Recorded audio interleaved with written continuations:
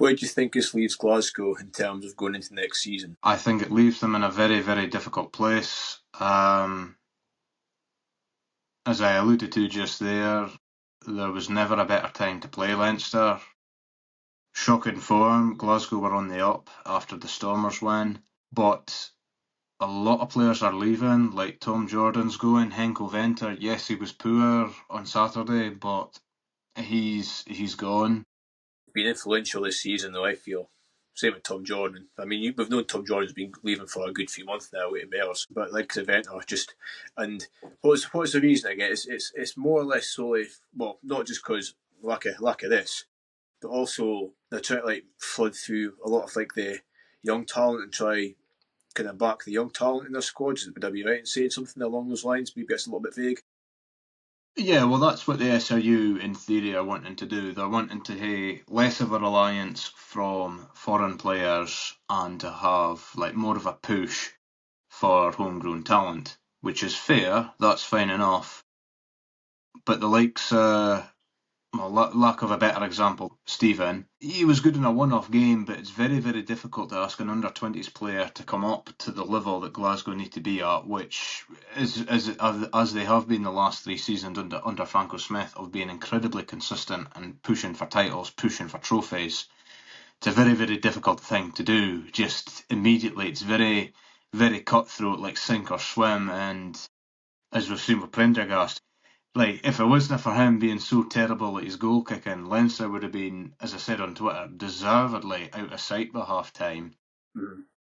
Like I said, that could happen to many of these players, and you need these seasoned, like your Venters, like journeymen from their native land to come over and do a job, especially when you're looking at Six Nations time, the follow week, and round about the Autumn Nation series as well. Like, you need these players to help get you over, get the wins, get the points, that sort of thing. Fully agree.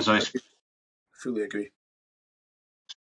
Without sounding too much more doom and gloom, by the sounds of it, I think Franco Smith is quite frustrated with the SRU for this. It's effectively a cost-cutting exercise, but it kind of makes me think that Glasgow are at the end of their cycle with Franco Smith, and if a big offer was to come in from him from either his homeland or from wherever else, I think he could be off.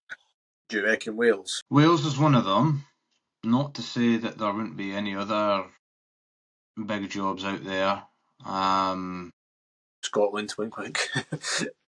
Well, the problem with Scotland is that the squad for the summer tour is announced later this week. Gregor Townsend's going to be hosting the press conference. He's not going anywhere.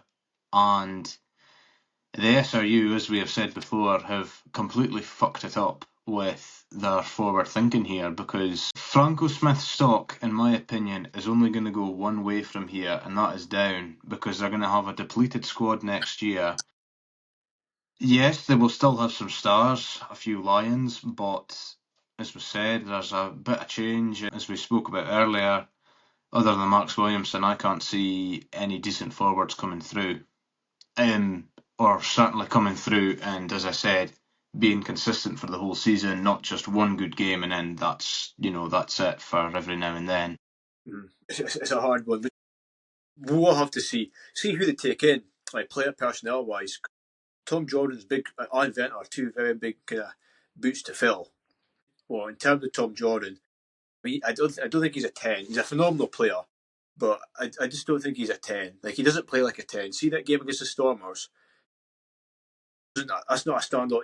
We were bigging them up, and it was a phenomenal game that he played. Absolutely phenomenal. But it's not like a standoff kind of performance he had. It wasn't luck. It's just him. He's maybe unlucky in the sense that he's got too many positions that folk can rely on him playing. 10, 12, 15.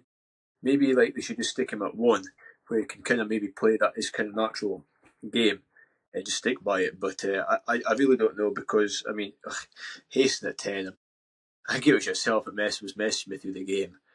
Also, I didn't see the text till after.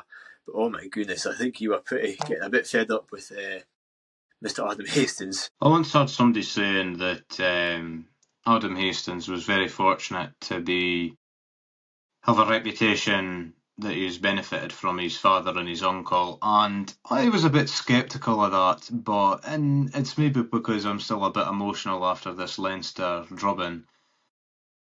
But oh my God, he's not good enough to play for Glasgow at the top level.